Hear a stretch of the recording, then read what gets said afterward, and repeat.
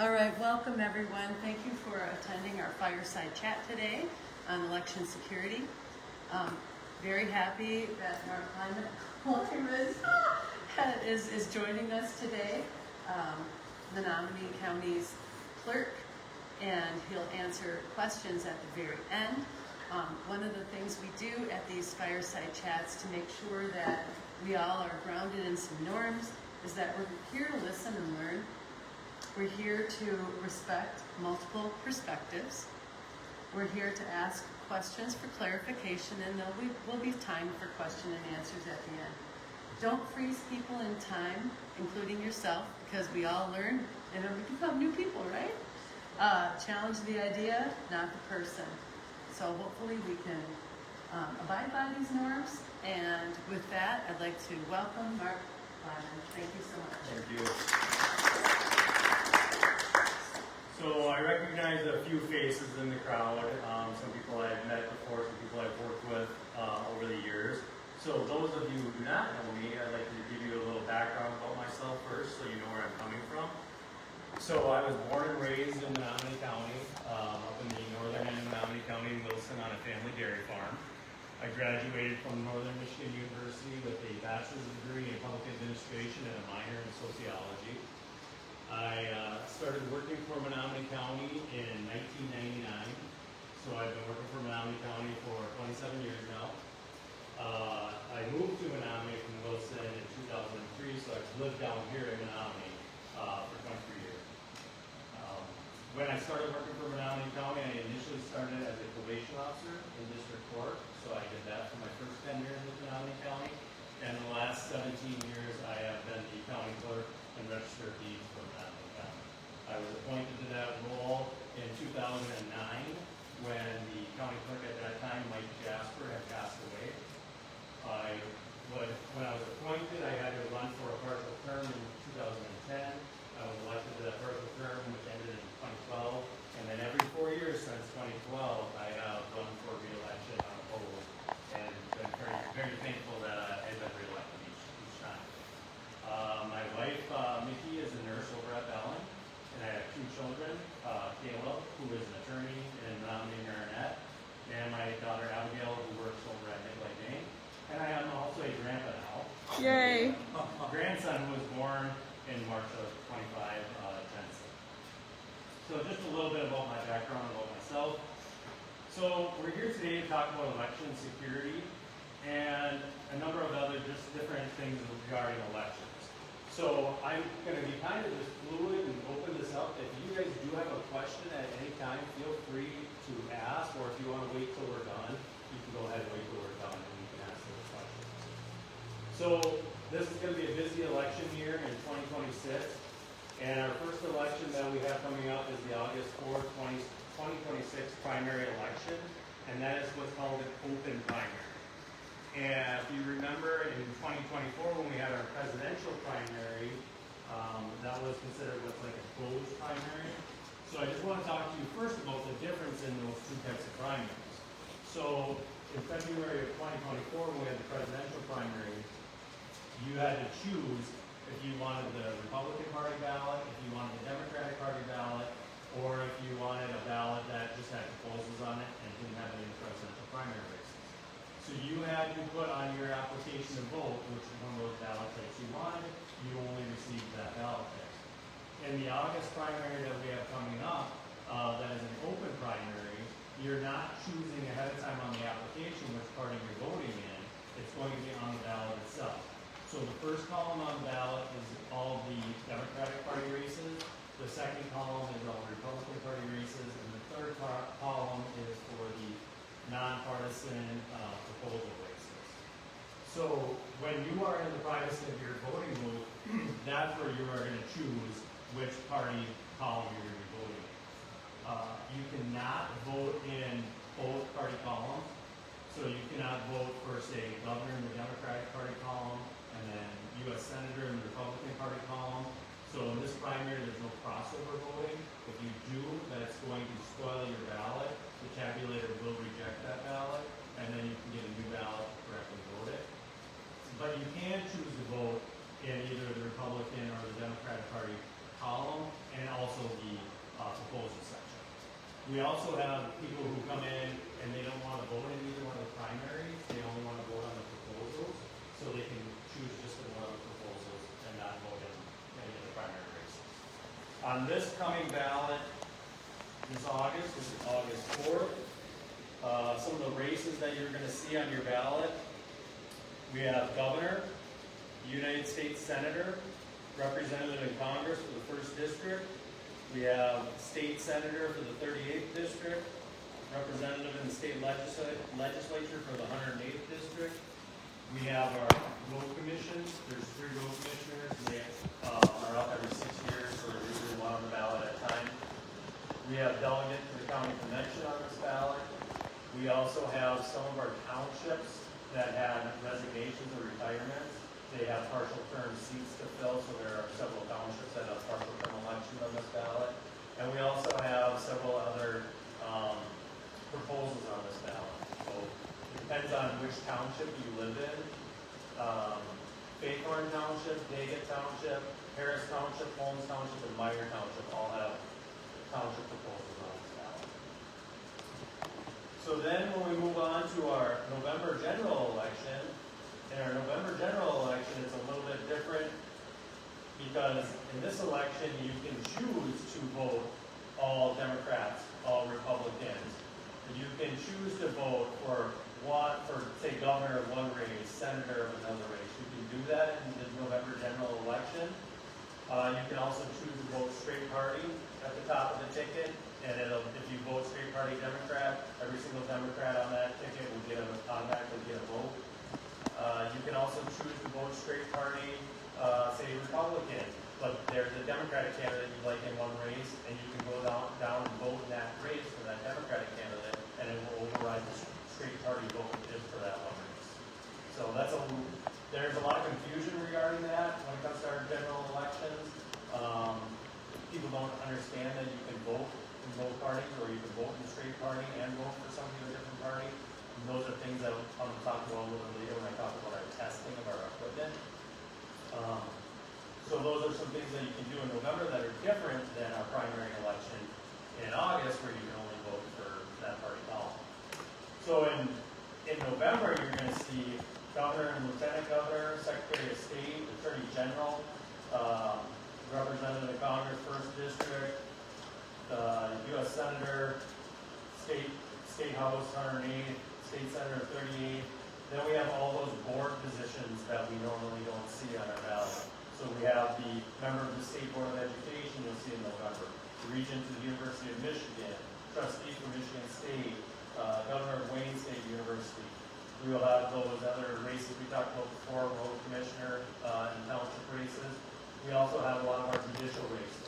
So we have justice of the Supreme Court, judge of the Court of Appeals for the 4th District. We have our 41st Circuit Court position, our District 95A District Court position, and we will also have local school boards, and we will have village races. So there's a lot on the November ballot. The November ballot is usually our largest ballot. It can be up to 22 inches long with races on the front and the back side of the ballot.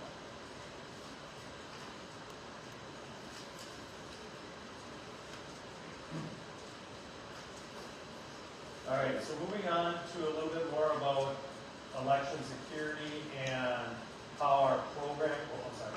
I just wanted to ask, what is the way that people can get access to what will be on the ballot in like a written format? So that way they have time to decide ahead of time and not just the day of they show up at the voting booth and then have to figure out from there, why am I voting for who or which candidate, right?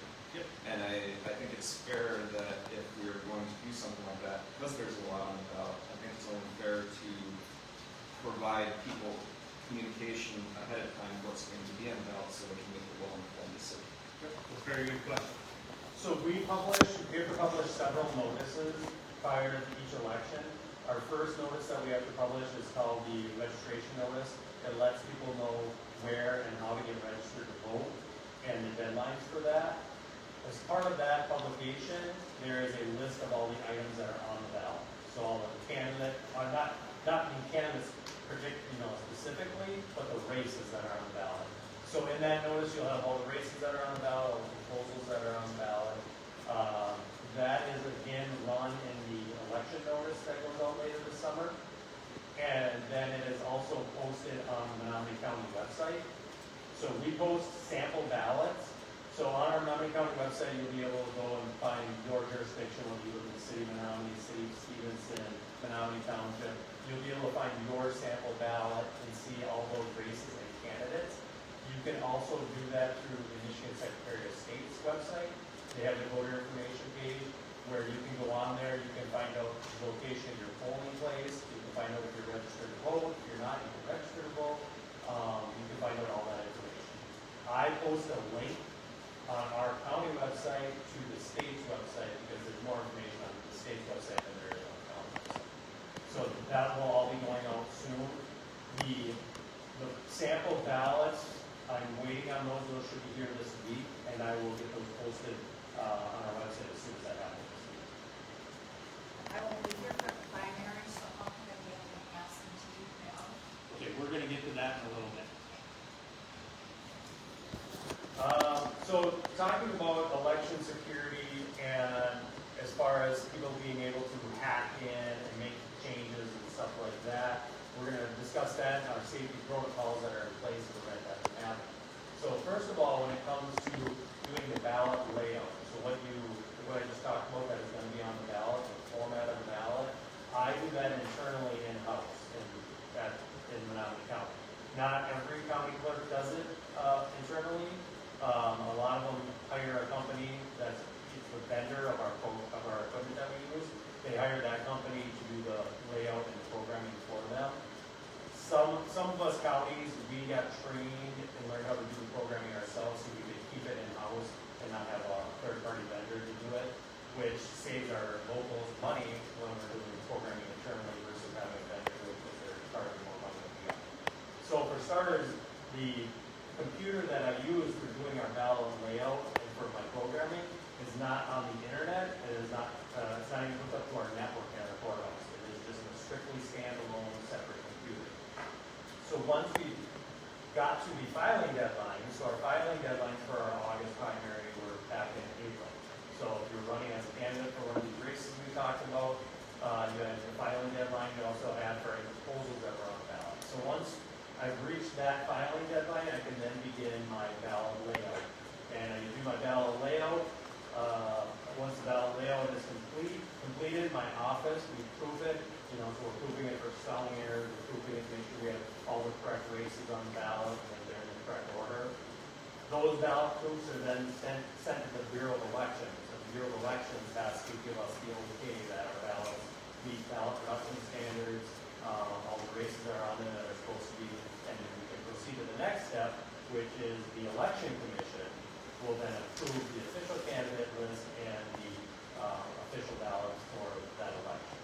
The election commission for Menominee County is made up of myself, the county treasurer, and the probate court judge. I see Judge Shupi is in the room. So Judge Shupi and I, we sat together on this election commission, had many of these riveting meetings, reviewing ballots and approving our candidate list and even our ballots. So currently, Judge Cass is our probate court judge, and Mark Parrott is our county treasurer, and then myself, we're on the election. So we will approve those. Those ballot proofs are then sent out to every one of the candidates. So if you've ever been a candidate for an election in Menominee County, you have gotten a proof ballot from me with a letter explaining, please review the ballot, make sure your name is spelled correctly, make sure that it's placed in the proper race, proper party, and you have 5 days from when I send that out to notify me if there's any inaccuracies that need to be corrected. And I do see a few people in the room that have received proof ballots from me before. And sometimes, there is a chance you could do a spelling error, like put an I before an E. But we catch those. We hope to catch those when we do the proofing prior to sending them out. But then when we send them out to our candidates, it's pretty much the last chance to catch those mistakes or errors. So once the ballots are approved by the election commission, they're approved to form by the state, we pass our deadline for the proof ballots to the candidates, our ballots then go to the print by our printer. So Spectrum Printing is the printer that we use in Menominee County. They print all the ballots for Menominee County and for a lot of counties throughout the state of Michigan. After the ballots, official ballots are printed, our test ballots are printed also, which I'm going to talk about in a little bit. I then have to program the media, which goes into the equipment that we use to tabulate to run our election. So we have flashcards that go into the tabulator. We have a USB stick that goes into the voter assist terminal.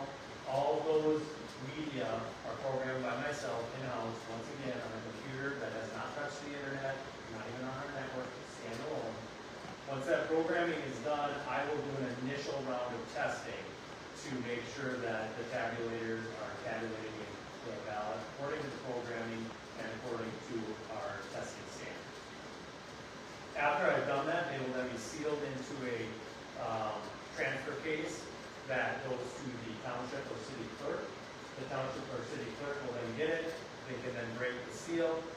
They will put it into their tabulators and their voter assist terminals, and they will conduct what's called a preliminary accuracy test. So now they're basically going to test the same things that I did, so now it'll be tested the second time.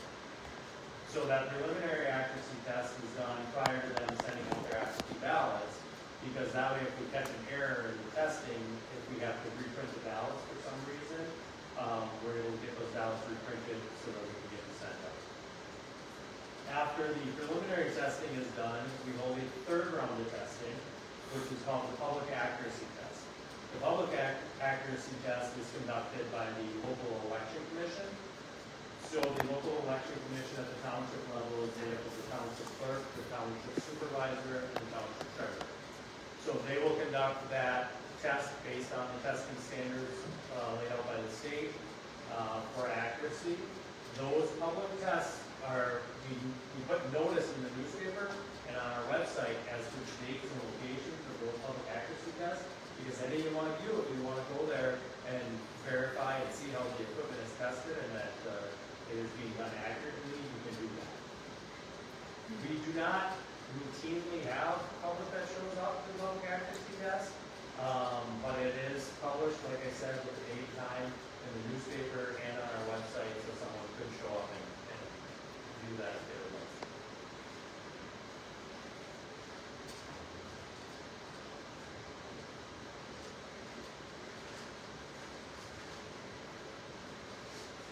So all this testing is done, and we know that our equipment is working properly, is tabulating our votes properly. So some of the things we do as part of this testing, like when I laid out how the August primary ballot works, where you cannot vote in both party columns, you can only vote in one party column. So some of the things that we test for is we will vote in the Democratic Party column, and then we will vote in the Republican Party column to make sure that the tabulator is going to reject that ballot as a crossover vote. We will test that we're voting for two candidates when you can only vote for one. So governor, you can only vote for one candidate. We will vote for both candidates to make sure that it rejects the ballot, that it's a double overvote.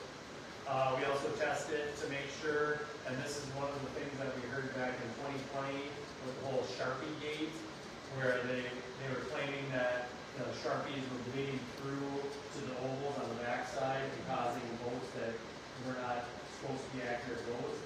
The ballot is set up in such a way that the ovals on the front side do not line up with the ovals on the back side. So even if somebody did use a Sharpie that bled through, it is not going to line up with an oval on the other side of the ballot. And sample, and I'll pass this around. It's not quite as easy to show you, but this is a sample ballot from our 2022 election. So if you look at it, you kind of hold it up to the light, you can see the little ovals and you see how they won't line up on the front side of those on the back. So you guys look at that. Mark, is that just Michigan, or does every state cleverly not line up their ovals? I cannot answer that. I'm not up to date on other states. It's enough work to keep up to date on everything in that state. So I couldn't answer that. So, but it didn't happen in Michigan. It did not happen. If I might say though, I'm looking at this myself, Yeah. and I mean, if I were using a Sharpie, So, I mean, they're still relatively close to each other. but this is the caveat for what you're holding. You're holding a PDF that was printed on just regular paper. It's not printed on our standard ballot. Oh, I'm not trying to be disingenuous. No, I know, but I should have said that. The standard ballots are much larger, so it's spread out a little bit better than what you see on that paper. And if I didn't have a second, I just wanted to mention something, because I work in a technology adjacent field with manufacturing and building automation technologies.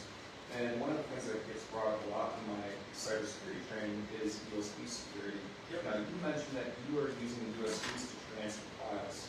What are you doing to ensure that those USB sticks are clean, not infected, when you transfer something over, that it does not also transfer vulnerability?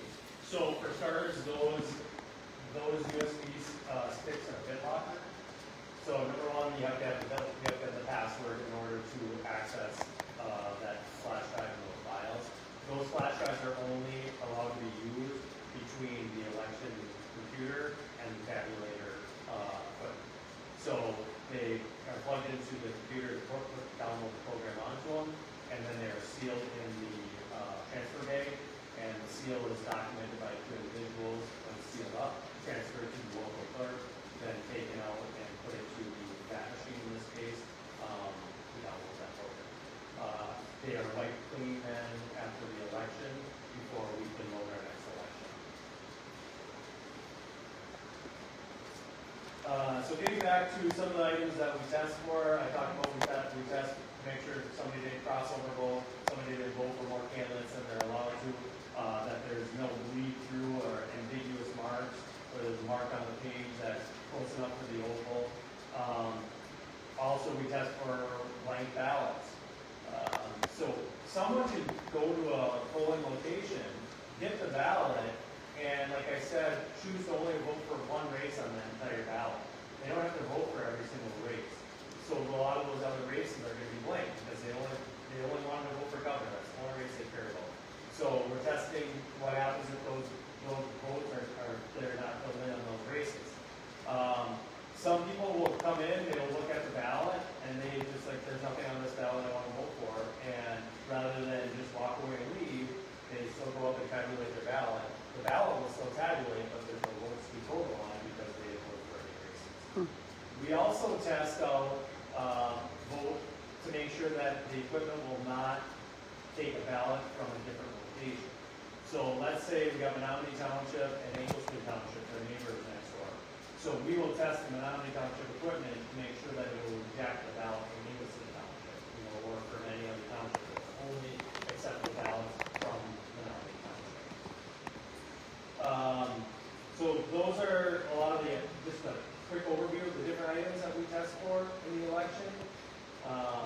We also then have to test for, you have to give candidates different vote totals to make sure that they're totaling up correctly. So once we run through that, we have a chart of predetermined results. That's basically an Excel spreadsheet showing us how those votes were supposed to be cast, and then we run the tabulator tape to make sure those votes were cast the way they were supposed to be. And that, like I said, has been done 3 times then prior to the election. So I did it in my office after I did the programming. The local clerks did it in their preliminary testing, and then it was done in the public accuracy testing with the election commission.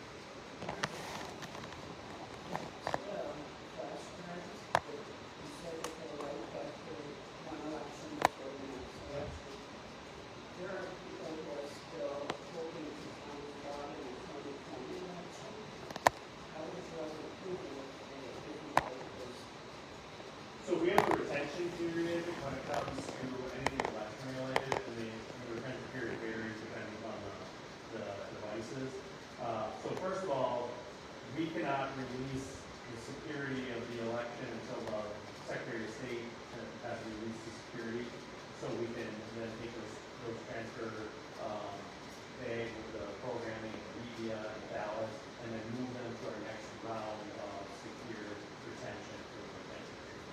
So for a federal election, like our ballots, our voted and unvoted ballots, those are all a 22-month retention period. Same goes for our poll books, our list of voters, 22-month retention period. But our applications to vote are 6 years for retention period. So a lot of that, going back to 2020, a lot of that is beyond its retention period. It's no longer available. There is proposed legislation to not wipe the flash drives from each election, to keep that information on there, but it is already stored on the computer, the computer, the EMS computer that tallies the results and all that. It's not wiped from that computer, it's still stored on that computer, we still have that backups of that for the election. I store those backups actually in 2 different places, one on the computer and then one on a backup drive, external hard drive, that is secured in my phone. So we still can, so it's not like that information is wiped clean, just because it's taken off the flash drive, it is still backed up on our computer.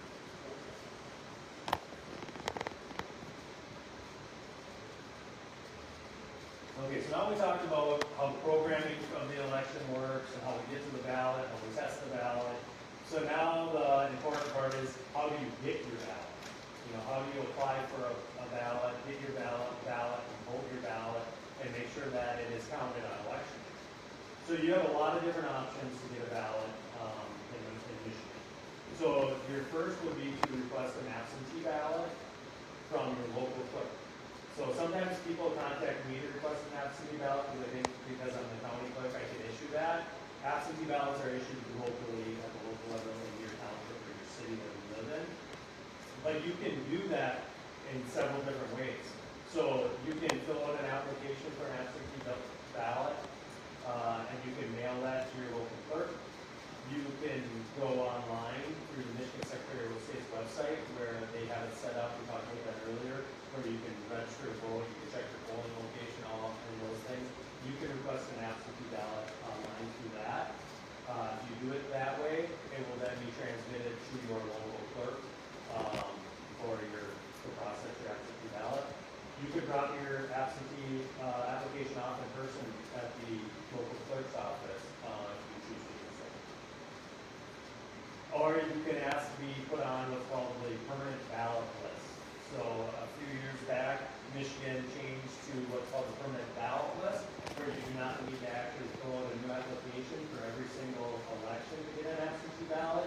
You can fill out one application and you'll automatically be mailed an absentee ballot for each election if you fill out that to be on the permanent ballot list.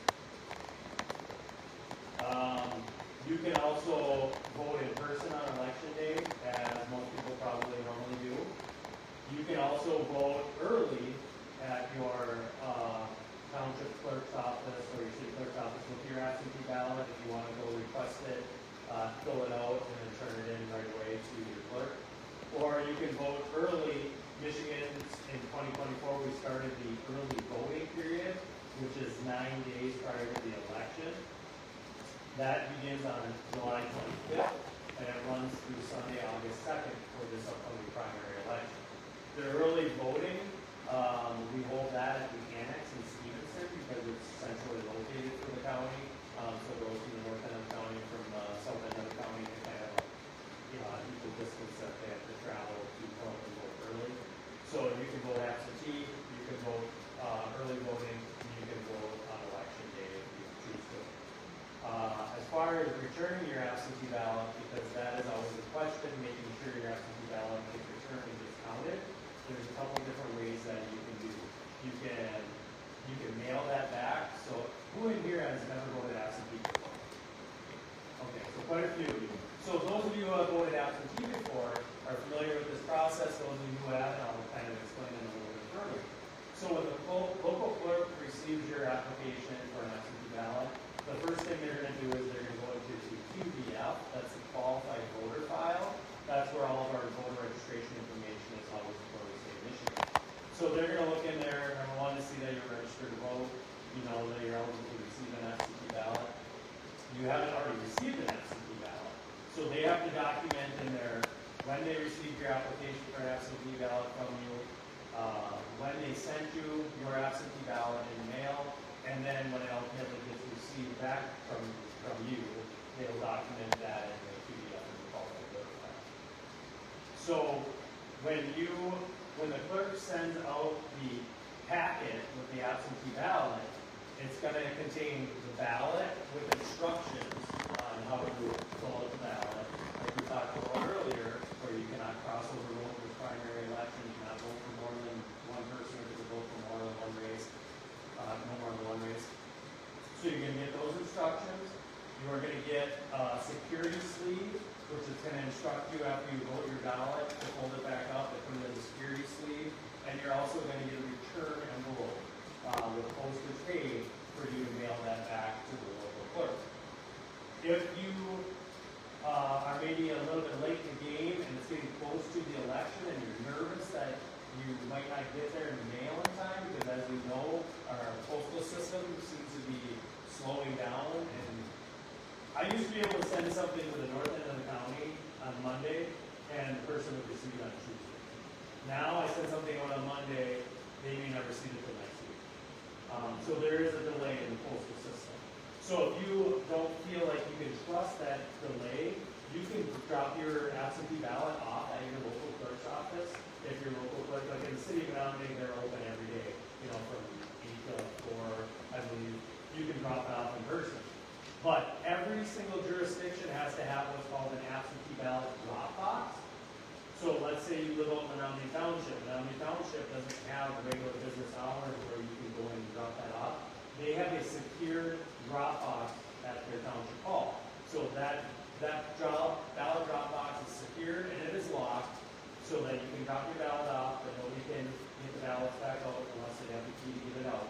There's also security cameras on those ballot drop boxes, monitoring them to see if anybody tries to tamper with them or anything. So return your absentee ballot in the mail, drop it off at the local clerk's office, or put it in the drop box. Now, two questions. One is are those cameras dual circuit? To prevent tampering? Yes, so there's no specified requirement as to what type of cameras they have to have. It just has to have some type of cameras. So some have like your ring doorbell type of security camera where it's triggered by motion, and they can view it on through their Wi-Fi. Some it is closed circuit, so that where it's recorded to a media device, and then to view it if they need to pull it because let's say something happened in the equipment, they need you to see that. And then the second question I have is, for dropping off, like let's just say from my personal situation, my wife and I both do the absentee ballots. Is there anything in place that would prevent me from, say, dropping off both my wife and I that would invalidate hers if I drop hers off? No, you can drop your wife's off for her. It's obviously going to be in the security sleeve in the sealed envelope, so that you can drop it off. Thank you. So those absentee ballot drop boxes, there's time frames where beyond a certain time frame, the clerks are not necessarily always checking it every day, but then when it gets closer to the election, they're required to be checking those drop boxes every single day. They're gathering those ballots from the drop box, they're securing them in a secure location in their township hall or their city hall for processing on election day, which we'll get into that a little bit later on the presentation. And then the last way you can vote your absentee ballot is on election day. You can decide to come in on election day and tabulate your absentee ballot that you voted. It used to be in Michigan where if you came in on election day, you had to forfeit that absentee ballot and then be issued a new ballot in the polling location.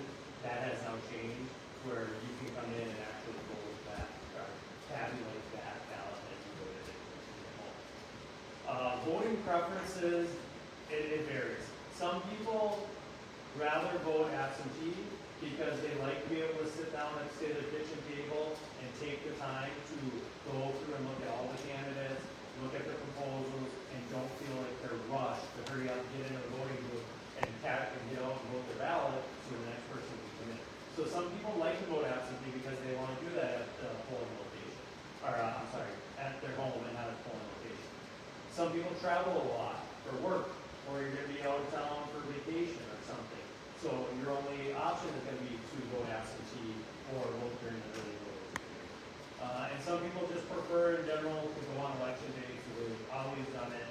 They feel that's how they want to vote, and that's the way they're going to vote and do that. So there are many options for you to cast your ballot for each election.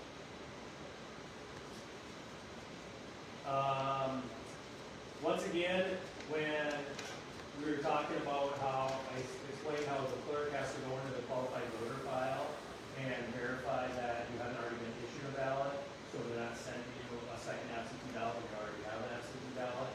The same goes for during our early voting period. So if you were to come in during the early voting period and you fill your application to vote, and we check your ID and we go to issue you a ballot, the first thing we're going to do is look to make sure that you haven't voted an absentee ballot already. Because if in our computer it says that you were sent and it was received back already, you are not eligible to cast another ballot because you have already sent your absentee ballot back for processing. Same goes for if you came in and voted one day of early voting, it's open for 9 days. And if you came back a few days later, well, you're going to be able to look it up and show that you already voted. You cannot come back and vote again on the 5th day of early voting. The reversal will go with the absentee ballots, goes back to the clerk. If you vote on the first day of early voting, you go to your local clerk and try to obtain an absentee ballot. The local clerk is going to see in the qualified voter file that you already voted early on the first day of early voting. You cannot be issued an absentee ballot. So there are a lot of safeguards in place to make sure voters are not casting multiple ballots. And then on election day, it applies the same also in the electronic poll book where when you come in to vote and fill in your application to vote, we look you up. We're going to know if you were sent an absentee ballot, if you received that, or if you voted on election day. All right, early voting.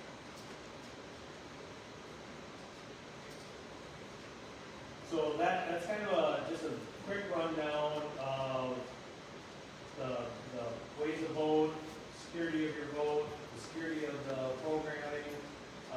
Now I'm going to get into the training of the workers, the training of the clerks, and the training of the workers who administer the election. Yep. Except that, let's say somebody sends in an early voting ballot and then passes away the day before the election. What is the vote now? So if we find out that the person has passed away before that ballot is tabulated, it's in the law that we have to pull that ballot. It is not counted. There are times that an absentee ballot comes back or they voted early in the beginning of the early voting period and they pass away. There is no way to cancel that vote. There's no way you can't. There's a ballot stub on the ballot when it's issued to you. So that ballot stub, those of you who vote on a regular basis, you tear that ballot stub off. There's no number attached to that. So once that ballot has gone through the tabulator, if it's in the tabulator, we wouldn't know if John Doe's ballot was your ballot or my ballot. So there's no way for us to pull that ballot to take that vote out. But so if someone passed away prior to the election, we pull the absentee ballot. If it's after the election, there's no way for us to know. And sometimes we don't find out until maybe weeks later they see the obituary that somebody had passed away. So sometimes the accusations of that people voting could be situations like that. Correct. And you would be able to clearly see, because it's documented the date and time that absentee ballot was issued, and when that absentee ballot was returned, and then obviously tabulated on election day. So, if the date the ballot was issued was after the date that the person passed away, well, that would be concerning. But in most cases, you're going to see that ballot was sent out prior to them passing away, returned prior to this. So I can see how someone can make an accusation that, well, look, we told this person's obituary, they died on August 1st, you know, how did they both fine? And then also, do you think there's gonna be any problem with us receiving our absentee ballots in the state of Michigan? Do we cooperate with the government as the feds have the information they want, so it allows them to send out our absentee ballots by mail? Yes, I was just on a phone call with another clerk this morning confirming that, and absentee ballots will be going out this week, hopefully by the end of the week. The ballots are, my local clerk should have their ballots early this week. So anyone who is on the permanent ballot list, or anyone who has requested an absentee ballot, those ballots should be going out. Thank you. Can I say one thing about dead people voting? When this was a big deal, when is that, a year or two ago, I looked into it, and some guy was complaining. I think there was a letter to it about it in the Eagle Herald or article, and it said something like, he showed that proof to Dana Nessel, and she threw this out of court. What he showed was photographs of headstones in cemeteries. Let's say the guy's name was John Doe, and we issued a ballot to John Doe. So he says he's dead. That vote shouldn't count. It was ridiculous, and Dana didn't throw it out. The judge threw it out because it was ridiculous. Yeah, and something like that, there's a lot of people have the same name. When you say Right. John Smith, you know, Sam Smith, things like that. You're gonna have multiple people with that same name. It's something like a headstone picture is not verification. Like with lichens on it, you know, guy didn't just die. So getting back to the training that those who administer the elections have to go through. So for starters, county clerks and township and city clerks, we are required to go through what's going to call an election accreditation program to become accredited to run and administer elections.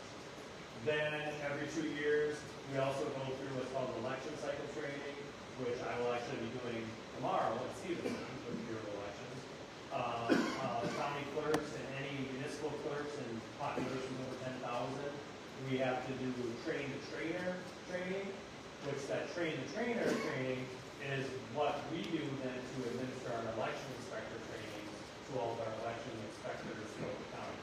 Anyone in here, have you ever worked as an election inspector before? I know Natalie has.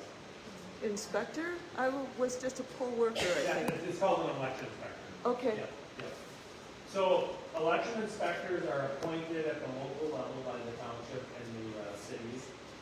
We also appoint them at the county level for the early voting period, because the county is overseeing that early voting process for the local jurisdiction. You have to have been through a training at least within the last 2 years to be eligible to work as an election inspector in any one of these elections. So in July, a couple weeks prior to the August election, I will be holding election inspector training for all my election inspectors in Menominee County and have them certified to run the August election. They will then be certified to be able to run elections for the next 2 years.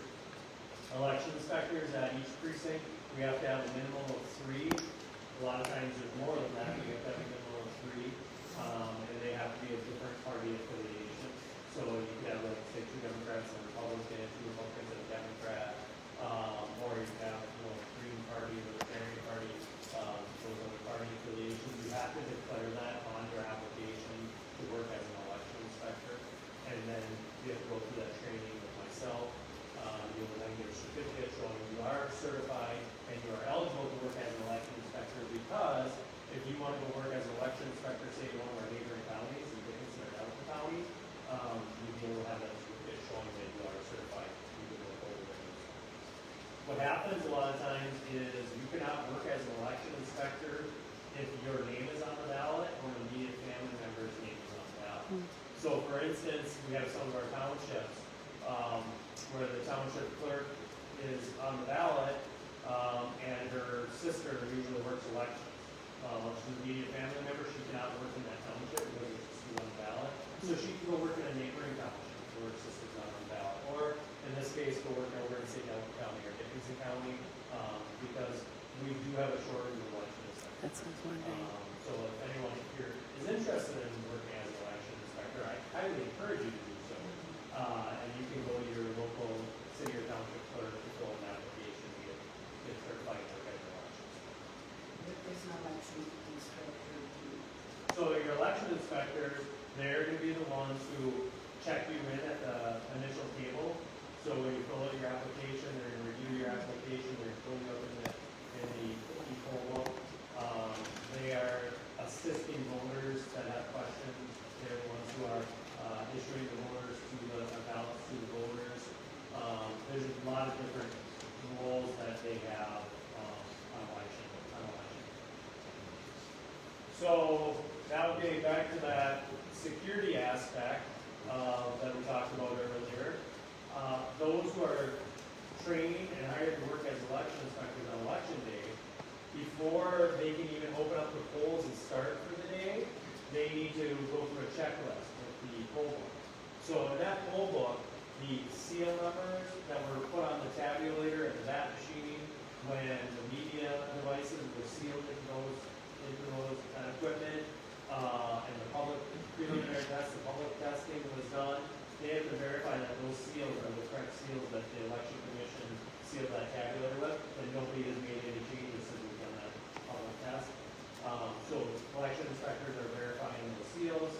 There's tamper proof seals that go on the equipment, so that you can see that nobody came in with a screwdriver and opened up the tabulator and messed with it or tinkered with it. They have to verify that those tamper proof seals are in place. And that the equipment is set up properly and election day is running. And the last step is to make sure that the total state is showing zero. That those results from the public test were zeroed out, and we're back to zero. We're starting election day with a fresh zero. Let's say it's the Menominee High School gym. Yep. Or, no, it's in the cafeteria. Yes, Cafeteria. How far ahead of time are those machines in place? So those machines are stored at City Hall and the city clerk's office. They are brought over then on Monday evening and set up so that they're ready to go for Tuesday morning. So they're brought over there, they're set up, they are secured in that cafeteria, and everything is locked up until the morning when they come. They usually arrive, because polls open at 7 a.m., they usually arrive between 5:30 and 6 o'clock to start going through their checklist, checking the equipment, making sure everything's running accurately. The same thing goes for, so Menominee City's a little bit different because you do not vote at City Hall, you vote over at the high school. All the other townships in the city, you vote right in the township hall or the city hall on that location. So those, like the tabulators and equipment is usually stored in a locked closet or a locked room and then brought over that morning to the home. But the same rules apply, as far as the security, the sealing, and that A stuff. lot, no, not at the high school, though, at the, Nope, at the local township hall and the city hall. So then, once the election starts at 7 a.m. and we go through till 8 p.m., polls close at 8 p.m., but if there's a line out the door, we have to allow everybody who is in line at 8 p.m. to vote. So it's not such an issue here in our small rural areas, but if you follow the news on election night, in areas like Detroit and Ann Arbor, where there are a lot of people in line voting, voting is continuing for multiple hours sometimes after that 8 p.m. close because there's so many people in line and they're allowed to vote because they were in line by 8 p.m. Same thing goes for those absentee ballot drop boxes that we talked about earlier. The clerk has to go one more time and check that absentee ballot drop box at 8 o'clock to make sure you didn't drive up on election day and drop your ballot off, but you saw the line and you weren't going to go and vote and you just wanted to drop it off. You need to check one more time to make sure that those ballot boxes are empty at 8 o'clock. This may be out of the scope of the conversation, but is there any enforcement at federal, state, local level, anywhere in between that kind of mandates that a certain ratio of minimum voting booths are made available based on the population size? Because it would seem like, as you mentioned in Detroit, it almost seems like you have a disproportionately smaller amount of voting booths, voting locations compared to rural areas?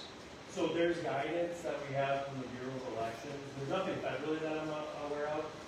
There's guidance from the Bureau of Elections which recommends that per X amount of registered voters, you have that many booths set up. You have sit-down booths, you have to have handicap accessible voting stations, some have stand-up booths. But yeah, there is a formula based on how many registered voters you have, on how many booths that you should have set up. That's just personal opinion, but that should be enforced, not recommended. So then we get through our election day. We close our polls. The election inspectors have procedures on how they have to close the polls and shut them down. Running the total states. Everything is done with two inspectors of differing parties. So we don't have two Democrats doing everything or two Republicans doing everything. There's always one Democrat and one Republican doing all those checks. So we then print our total states, and we then take the devices out of the tabulator because they have to be uploaded to my computer for me to put all those results together and to print those reports. Those are stored in that transfer case we talked about before. The two workers who removed it from the tabulator will then seal it up and put it in that bag. The ballots that are voted are taken from the tabulator and they are put into a approved ballot container. That is documented. Then we have the receiving board who comes behind them, which is made up of two individuals of different parties. They then have a checklist to go through and check that the closing inspectors did their job properly and sealed up and secured everything properly. Once that receiving board double checks their work, it is then turned over to the local clerk. The local clerk, they'll keep the voted ballots in the secure container. But the media devices that were used, there's two envelopes, one that goes to the county clerk with the poll book and some other documents, and one that goes to the board of canvassers. Those two envelopes and the media will be then transferred from the local clerk to me. So that's on Wednesday, Tuesday night. Then I will take the media, I will put it in my computer, I will get all the results told for the county. I then have to submit that through a secure site with the state, those results, for them to tabulate the statewide and the federal results. They are then secured in my office until Thursday morning when the Board of Canvassers meets to then canvass the elections and then check through. We have a whole process with the Board of Canvassers where we're verifying seal numbers, we're verifying the number of voters matches the number of ballots that were tabulated, all those different things that the Board of Canvassers is doing. The Board of Canvassers, sometimes the meeting is 1 day long, sometimes it's probably multiple days depending upon the size of our election and how busy it is. Obviously, large counties, Lower Michigan, it's going to take them multiple days, a week or more to canvass those elections because they still need to do. That is a public event too. That is a public meeting that is held at the courthouse on the 3rd floor in the jury room. The Board of Canvassers, there are 2 Democrats, 2 Republicans. They are appointed for 4-year terms and they alternate. So every 2 years, 1 Democrat, 1 Republican will be up for appointment. That is open to the public. We have had people from the public come and view the canvass. The League of Women Voters usually sends someone to come watch the canvass. Just people who are interested in general, sometimes we have had come watch the canvass of the election.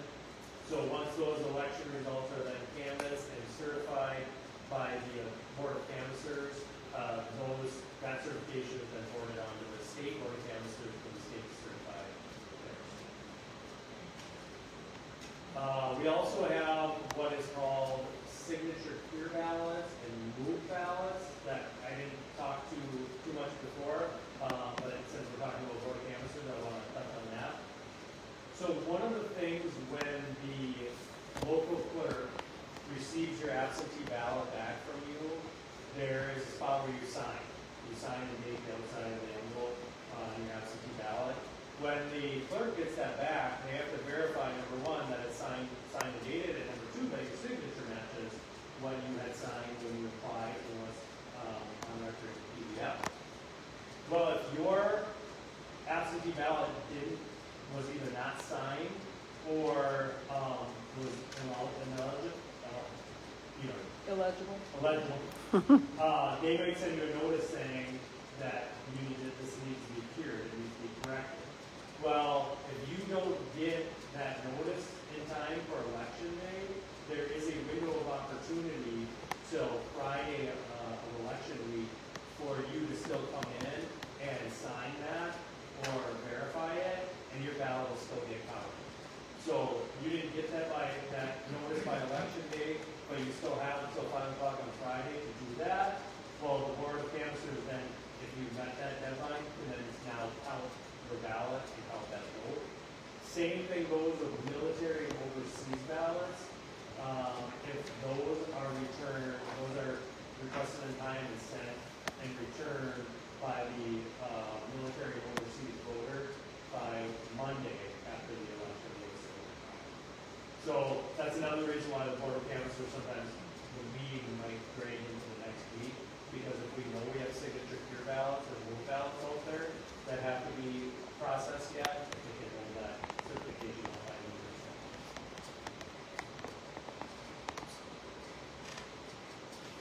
So that's I sure hope that you don't have a meteor drop on your house. Do we have a backup person for that? I hope I don't have a meteor drop either. But I'm glad you brought that up, because that was one of the things I wanted to talk about, but I didn't have it down on my list. So one of the things getting back to election security, I mean, that's one of the reasons why we're here today, right? Talking about election security protocols that are in place. Every jurisdiction has to have a backup plan in place for election day if something were to happen.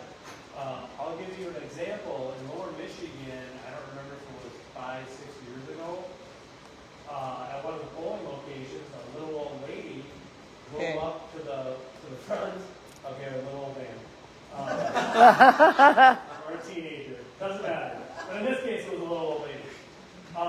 She drove up to the front of the polling location, forgot to put her car in park, and it went and smashed into the front wall. Well, now, she wasn't doing it on purpose, she wasn't trying to shut the whole place down, but now that happened, we have a car sitting in front of the polling location, we have to have a backup plan where we can continue voting at. So we have to have a location that we can shut everything down, secure it, and move to that secure location if we have to. Knock on wood, in my 17 years in Menominee County, I have not had to do that. So hopefully we don't.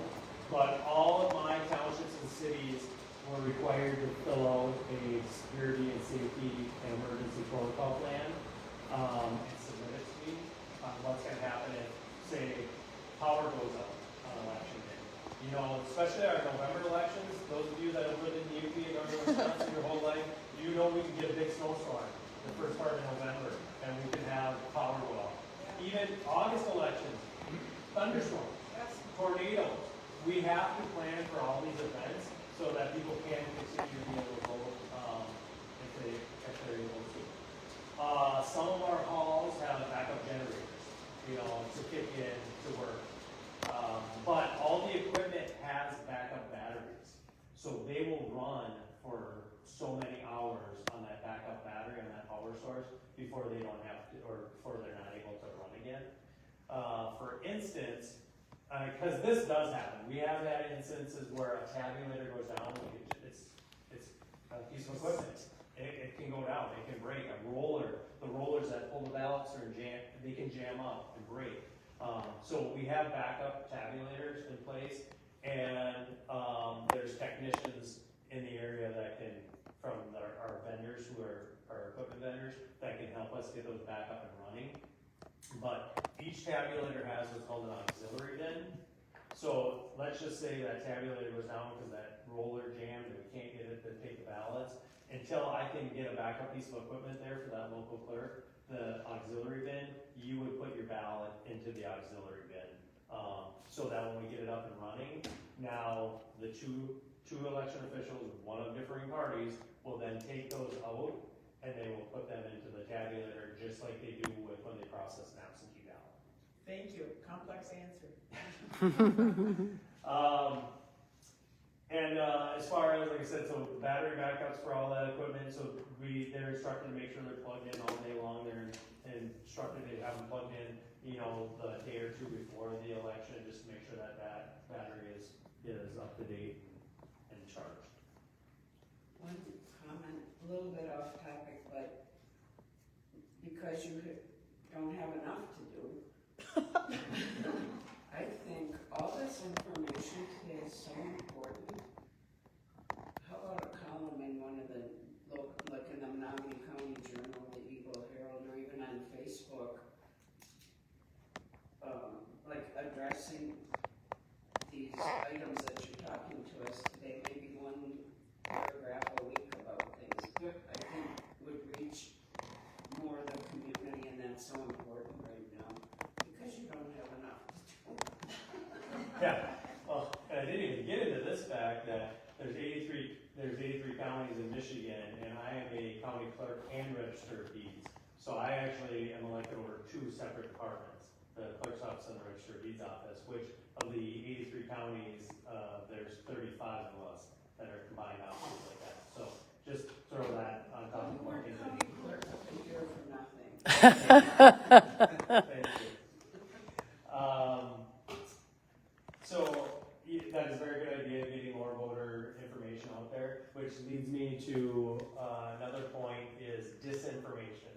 And you all see it. Social media is nice for certain things. Social media is terrible for spreading disinformation. So I highly recommend anytime you get something that you do not feel is accurate, come to me as the county clerk and ask me for the accuracy of that information. Go to your local township clerk, go to your city clerk, and verify that information, so we can try to stop the spread of disinformation. It's very helpful.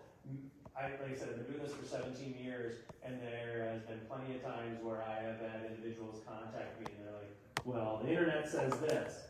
And I will sit down. I had an individual, he was part of a group of, let's say, election deniers, and he came to my office, and I sat down with him and spent, excuse me, I spent over 3 hours with him in my office and answered every single one of his questions. I basically put him through kind of an election inspector training that I do. We talked about the accuracy of the election. We talked about the security of the election and how we do the testing and how all the materials are secured. And just the look on his face when he walked away, and he's like, everybody should come through and ask these questions and learn more about it. Because he said so much of this information that was being spread, not true, not accurate. And that's intentional. Yeah. And then this individual, he went back to this group and he tried to explain to a lot of them what I told them, and he gave them documented proof on the things that they were challenging, and still some of them would not believe him. Oh, yeah. And he left that group because Yay. they were not willing to ask the questions of the correct people and get the facts. They just spread the disinformation. Good job. So that's one of our biggest problems. So, like, once again, just gonna knock home, please talk to me, please go see your local clerks, ask those questions, especially if you're questioning something on the accuracy of it. Any other questions? Everybody, Job well done, Mark. Yes. I think the voters in Menominee County really appreciate you, and that's why you've been doing this for 17 years. Yes.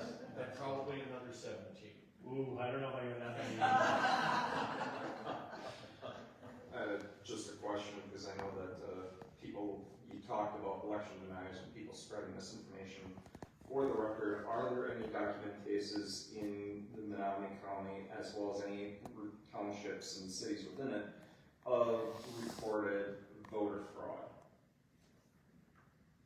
I mean, documented, there's been some, statewide, where you have individuals who are trying to vote multiple times. I would have to, I'm not trying to ask you a Yeah. tough question to put you in a bad place, No. I just was, because that is one thing that So people will say is. I'll give you an example how this stuff is monitored, and it's caught if there is voter fraud. So for instance, in one of my townships, it was a new clerk, she is her first year on the job, and there was a mother and a daughter that had the same name. We talked about this before with people with the same name. So there was a mother and a daughter with the same name. The mother voted absentee ballot. The daughter went in on election day and brought her mother's absentee ballot in for her, because she was authorized to do so. It was in the sealed envelope. It was turned into the clerk for processing. She then proceeded to go herself and vote in person. The clerk inadvertently, when she was entering the absentee ballot, she put it in underneath the daughter's name because the daughter was the one brought it in, even though it was the mother's ballot. So it appeared when the state was auditing this information that daughter voted twice. Voted once by absentee ballot and voted once by person. When we started going through our safety checks, our checks and procedures, we had a separate absentee ballot application for the mother. We had an in-person ballot application for the daughter. We had the signature verification for the mother and the daughter. It was simply a clerical error. That happens. It happens in everyday life. She just accidentally checked the wrong person's box, but it was fixed, and it was proven that there was no voter fraud, no ill intent done in that case. If I might ask one other question, because I know that, and I'm not trying to throw shades at opposing political parties, but one of the things that at a national level you're hearing a lot about is voter IDs and, claiming, requiring birth certificates and all this other stuff. Where are we at currently with the upcoming election as far as this whole narrative to try to prove people are real or prove they're documented citizens, etc.? So Michigan's election law has not changed as far as it comes to those things. There was the SAVE Act that was out there, and there was other proposed legislation federally and statewide to make some changes to that. That has not happened. So as of today, our elections are going forward the same as they have been in Michigan. In Michigan, this is another one where I've run into this before. I was personally voting at my township hall, and when I walked in, a lady was filling out her application to vote, and they asked her for her ID, and she had claimed that this was new, she'd never been asked for her ID before, all of this. 17 years I've been working as county clerk, we have always required picture ID, whether it be your driver's license, a personal ID card, tribal ID cards, school identification. It has always been required in Michigan, as long as, I can't tell you when it was started being required, but I can tell you for the last 17 years that I've been here. But Michigan also has the ability that, let's say you don't have a driver's license, you don't have that ID card to verify your identity, it's not with you, you don't have it present. You can sign the back of the application under a penalty of perjury, attesting you are who you say you are, which can then be checked after the fact. So we do have safeguards in place for that, and in Michigan, identification has always been required. One time we always vote absentee, and I didn't get a secrecy sleeve. Yep.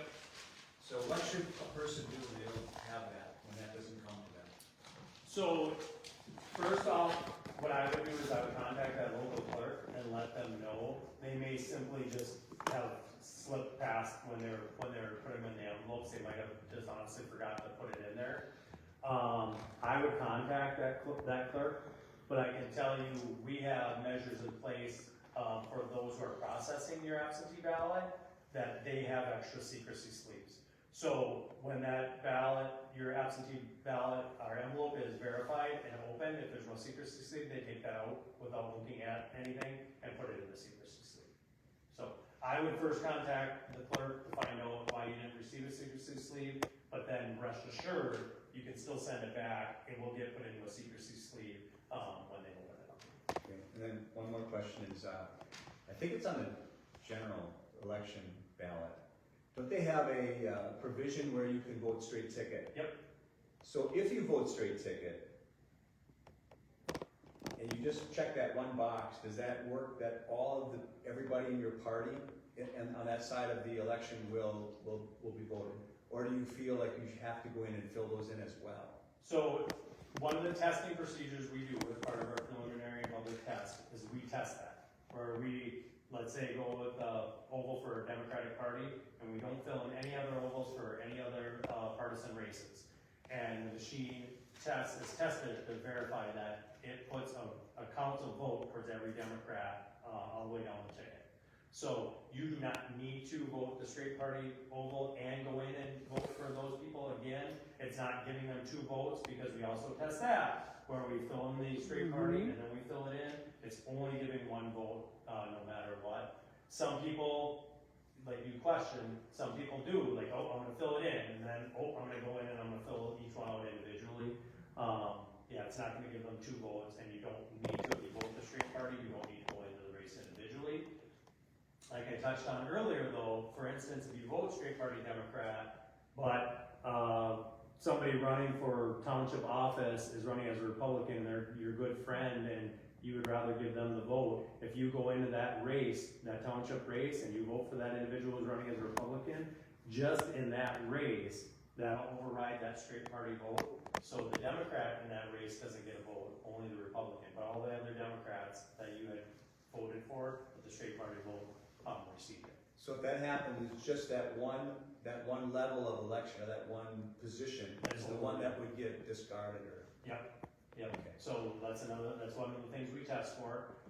The other thing you need to be aware of, if you vote straight party, whether it's Republican, Libertarian, whatever, it's only going to hit the partisan races on the ballot. All of your nonpartisan races on the ballot, so your circuit court judges, your Supreme Court justices, all those races, they don't get a vote unless you go in and actually vote for them, because they're not running under any party affiliation. So you need to make sure you go in and vote for those races. Your school board and village races and your city races are all nonpartisan races, and then once again your proposal races. So yes, it's great that you can vote straight party if you want, but if you want to vote those other races, you got to make sure you go on the ballot and vote those races. Does an absentee ballot have to arrive before election or on election day to be counted? It has Is there a to. grace period? It has to arrive by 8 p.m. on election day to be counted, unless it falls under one of those 2 circumstances we talked about with like the signature cure and the military emergency. Otherwise, it's got to be there by 8 p.m. on election day. I do have a question that came up on our Facebook Live, but I'll just qualify it by saying the question is not in regard to election security, but just disinformation that happens on social media in general, and the disinformation allegedly coming from a local official. And so because the focus is on election security, I think I want to acknowledge that we had the question, but since social media is so broad and people have opinions, I think in this case, I'm just going to acknowledge for the group here that, I don't think it's something that I would ask you to answer simply because it's not really on election security. Okay? I have a question. I got something in the mail this week, and it was for someone in my household to register to vote if they wanted to. It had my street on it, that sort of thing. I'm not going to deal with it. In the envelope that came with it was for my township precinct. I was just surprised. Out of the blue, I got a application for voting when I've been on the rolls for years. So I looked myself up. I'm still on the voting rolls. Yeah, and I suppose you don't have that with you, do you? You know what? I thought I brought it because I intended to. Yeah, feel free to bring that to the top of my office, and then I'll take a look at it and see. I was just going to point out, I don't recall how long ago, I think it was during the general election, but I got a postcard basically saying, we know who you voted for last time, change your vote to be somebody else kind of thing. And I'm just like, why are you trying it? Because even though they didn't, that was just kind of the gist of it, but it's like, why are these allowed to be sent out, and is there any recourse to kind of go after people that are trying to intimidate or change people's votes? So I don't know if there's any way to stop, just like all the junk mail you get, you know, I don't know that there's any way to stop any of that. As far as turning that over to like the Attorney General's office or something like that, I would have to look into that, what recourse there is for something like that. But there's no way to stop things from being, you know, sent out like that. But you know, all your votes, like we talked about earlier, you know, your votes are secret unless you tell somebody who you voted for. Once that ballot goes into the tabulator, you know, there's no knowing if it's your ballot, my ballot, your ballot. There's no, your name's not on that ballot. The number is no longer tied to that ballot. The only thing I will say where there is any type of a knowledge is during the presidential primaries. This is going to go all the way full circle back to what we talked about at the start of the day. In the presidential primary, on your application, you have to indicate if you want the Republican Party ballot or the Democratic Party ballot or the ballot with just proposals on it. After that election, the state does get requested, people will request that information from the state on the list of who requested a Republican ballot, who requested a Democratic ballot. So that's not telling anybody how you voted or who you voted for, but it's the parties, you know, the Democratic Party and Republican Party will do it. They like to know that list of these are people who voted in our primary election. You know, they're most likely going to be our voters, unless they're going in and voting for the weaker candidate. It's, you know, Right. the other party. But that's really the only time where they would know. And I'm guessing that's where they got the information from. It could very well be from that. But that information, they don't request that from us on the local level. That request has to go through the state for those lists. But yep. A good question. Any other questions? You've really surfaced a lot of really good information. We really, really appreciate you so much. And I think what I heard you say repeatedly over the course of your talk, Mark, is if people have questions that they can reach out to you and get the accurate information, which is what we all want, right? Yeah, feel free to reach out to me at any time. You have, I think I'll make sure you have my you have my email, I know. Make sure my email address, my phone number. I'm constantly checking my emails, whether Are you on social media? I'm on social media. I do have a Facebook page for my office. I don't have any other social media for my office, but I do have a Facebook page for my office, which I try to put those notices that we talked about. You know, I try to put those notices on there. The election results, anybody who follows my Facebook page, I usually try to get the election results out on the Facebook page. And some of that information you suggested earlier about like things to know, that's a good idea for me to get post that out. Is your page Menominee County? It should be Menominee County Clerk and Register of Deeds, I believe. Okay. I believe. I have one more question for you. You had mentioned that when you're preparing the polls, that you want to make sure that you have places for people to sit, if there's some folks who might need more accessibility and so on. That got me thinking about, in order to vote, if someone has any kind of a disability, are there any legal things that say you can't vote because you have a disability? Or like when it comes to the ballot, if someone's if they've got visual impairments and so on, do you have accommodations for people to vote who may have some disabilities in that regard as well? We have a lot of accommodations. Okay. So for starters, we have, if the voter wants to vote themselves, they can use what's called the VAC machine. It's the Voter Assist Terminal. And then other thing about Voter Assist Terminal is anybody can use it if they choose to. But it is basically a device that is going to mark your ballot for you.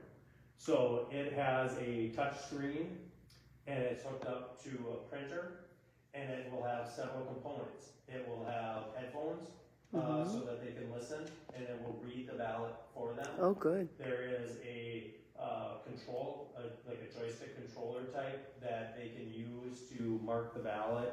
It has Braille on all the different controllers. They have I think it's called like Zip Puff attachment for it. Or they could choose to still like use the headphones to listen and have the ballot read to them, but use the touch screen to actually cast their votes. Oh, And then what happens is after they have completed their voting, it will print that off, and it prints it off on just a piece of paper with a QR code that the tabulator has been programmed to accept that, and it reads that QR code and it distributes those votes as the person voted on that. So we test that as part of the preliminary and public accuracy tests, and it is also tested on election day to make sure it's up and running and accessible. In addition, if someone does not want to use that piece of equipment, but they still need help, they can have help from a family member or a friend, where the election inspectors have a script where they have to ask, is this person helping you because of a reason for disability or inability to fill the ballot? They're not like a member of the union that you belong to? There's several questions that they have to ask. So that person would be able to assist that voter. And then the other option is, if they don't have somebody to assist them, we take 2 election inspectors of differing parties that can help assist that voter. okay. So there are a lot of measures in place to make sure that somebody can cast their vote. Universal access for voting. I love it. Thank you. Is there anything done to reach out to people that are, incarcerated, for one thing, but incapacitated, or people in nursing homes, for instance? Do you rely on the nursing homes themselves to get people to vote? Do they help them can they help them, assist them for? Yeah, they could be. So a lot of people who are in the nursing homes are usually set up with absentee ballots already. And if they are not, we can make sure that they get registered to vote, apply to get an absentee ballot. You don't need to register to vote again at the nursing home.